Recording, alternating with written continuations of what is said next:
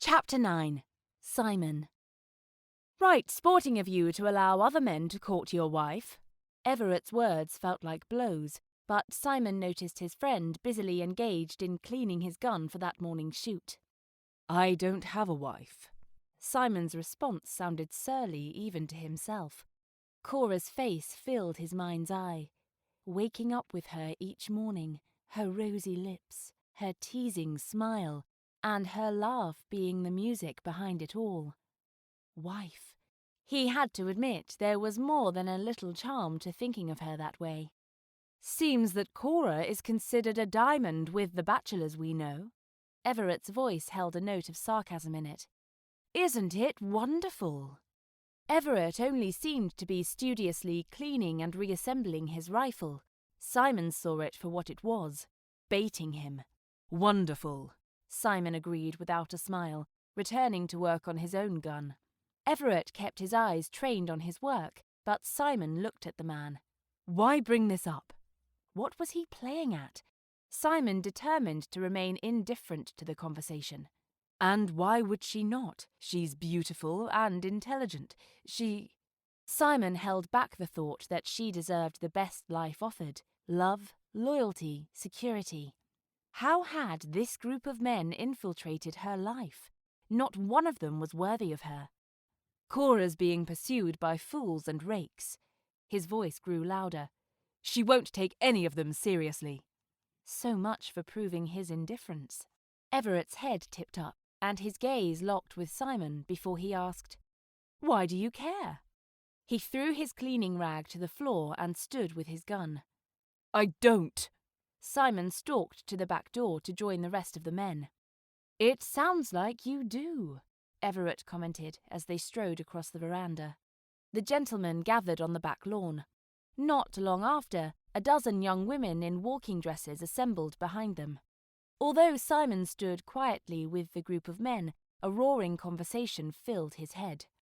If I held her in special regard, I would have singled her out. I would have changed my plans for her. I would gladly accept her company at whatever personal cost.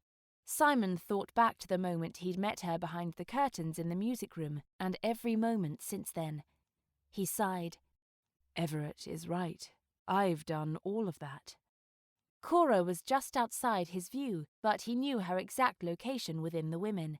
He couldn't hear her words, but recognized the tone that was uniquely her, and now and again her laughter.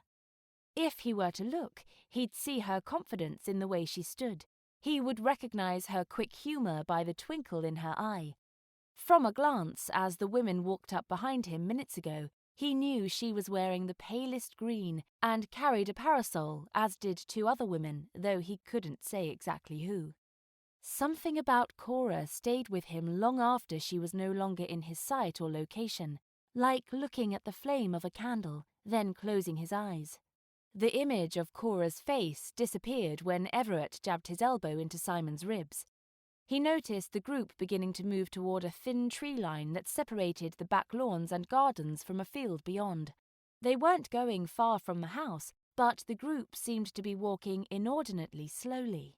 Many of the men looked behind them toward the women. "What's the quarry today? It's a competition, right?" asked a woman directly behind his right shoulder. Cora replied loudly enough for Simon and probably all of the women to hear. "Yes, it is.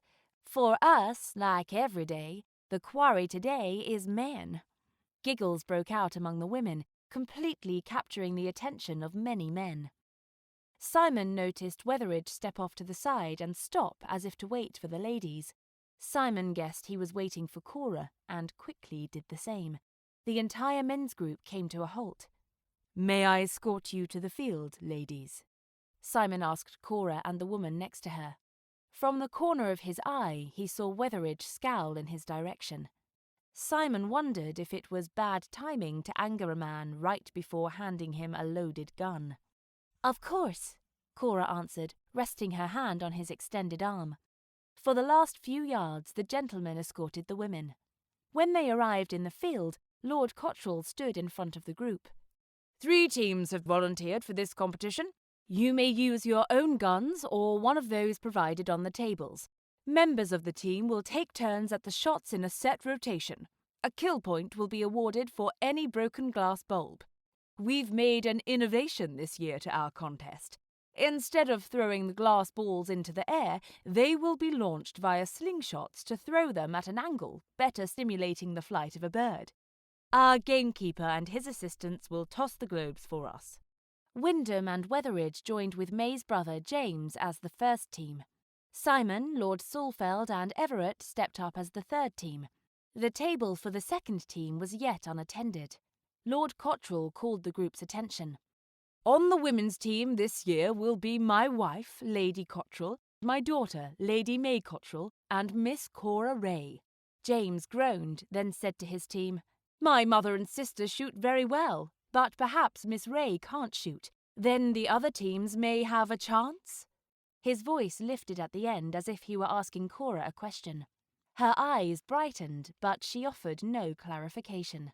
The flat smile across her lips told Simon she was holding back a laugh. He knew she could shoot expertly. Wetheridge asked across the table that separated him from the women's team, Are you a crack shot, Miss Ray? I shoot, and today we'll find out how well. Though her voice was teasing, Simon heard confidence. Lord Cotterell listed the rules. The first team may take a shot at the globe during the ascent of the target tossed for them. If they miss, the next team, he smiled warmly at the women, may take a shot at the ball on its downward arc to steal the point. If both teams miss, the third team may take a shot after the second. If the second team fails to make an attempt before it falls to the ground, the last team is awarded a point by default. We'll declare a winner after 3 sets of 3 rounds each. Lord Cotterell lifted one finger and announced, If anyone cares to make a wager, I'll act as the bank and hold the vowels for it. Again, any proceeds earned by the bank will be donated to the children's home. Simon noticed that although he tried to sound nonchalant, Lord Cotterell too was confident. James boasted among the men that one weak member of a team was all the women needed for a loss, raising bets for the men's teams to win. Simon called out, I'll double the bank's position. If your team should win the bet, the award will be paid twice. That encouraged the stakes to rise. When the teams and spectators returned to their positions, May waved daintily at her father. Would you permit Cora to take a practice shot before we begin the competition? She's never shot this type of gun before. He gestured to the men's teams, and they agreed. May carried a glass goblet out into the field at an even distance to where the gamekeeper would be throwing the orbs, set it on the ground, and walked back to her team. Cora sighted down the barrel to where the wineglass glinted in the sun. Simon considered how that angle would affect the trajectory if the sights were inaccurate. Apparently, she did too. The better position for the practice would have been prone on the ground, except that her arms wouldn't have been free to move. Besides, she could hardly do that in the contest. Instead, she knelt and sat on her right foot while holding her body at a 45-degree angle to the goblet as she levelled the gun. Simon wished he could have the stability Cora demonstrated in that position. She would make an army marksman proud. The children's home was going to add another sizable gift to its coffers today. I wish to change my bet, called one of the gentlemen. With the butt of the gun against her right shoulder, Cora pulled the trigger very slowly. Neither the explosion nor the recoil seemed to bother her, and she watched steadily to see where her bullet hit in the ground, about a foot short. On second thought, I'll double it, the same man called out. I'll take that bet, Simon called back, and then he smiled at Cora and nodded to Lord Cotterell. She now knows by how much she needs to adjust her shot. She's brilliant. Everett nudged him. You're betting against us. Quite. Lord Cotterell called for the teams to take their positions. Lady Cotterell stood in front of May, who stood in front of Cora. On team number 1, Wetheridge lined up even with Cora as the third shooter for his team. Simon stood in the front of the line for his team. Lord Cotterell called out, Shooters, to your mark.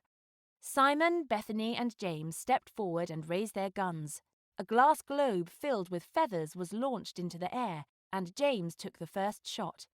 The glass burst, sending shards glinting in the morning light and feathers floating on the wind.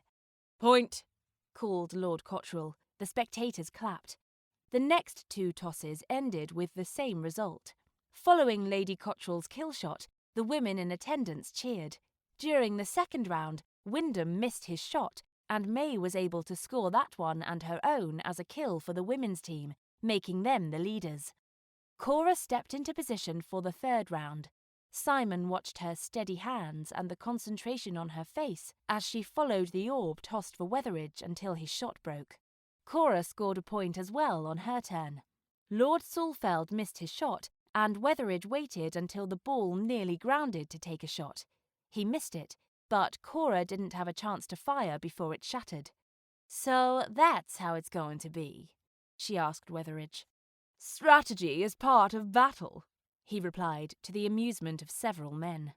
Simon saw her smile and nod, but knew it was not an agreement, just acknowledgement that she could play that game.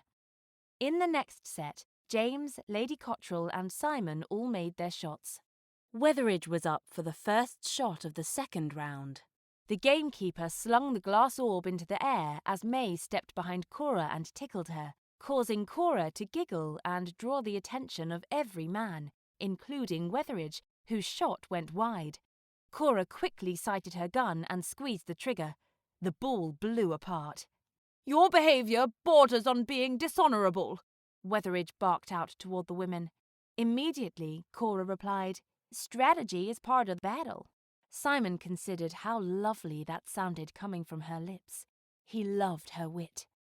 In the third and final set, the women's team was ahead of James's team by 2 points and even with Simon's team.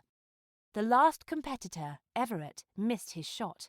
Wetheridge waited as the ball descended. Waited. Everyone knew that if he missed, it would be inches above the ground. Again, Cora knelt and pulled the trigger as soon as Wetheridge's gun discharged, her shot blasting the ball apart just before it disappeared into the grass. Simon cheered. Lady Cotterell and May hugged her. Simon wished he were able to put his arms around Cora in celebration, that he was able to pick her up, twirl her, kiss her. Everett was right. He'd chosen his wife. She didn't know it yet, but now he did. He'd not shown interest in any other lady, and he knew he wouldn't. She completely anchored his heart and soul. There was certainly no commitment or understanding between them.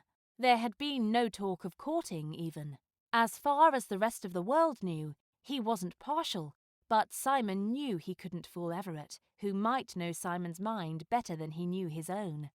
The women came from the sidelines and hugged their team, cheering and shouting. When the celebration calmed, Lady Cotterell shouted, "The Children's Home thanks you for your generous donations, gentlemen."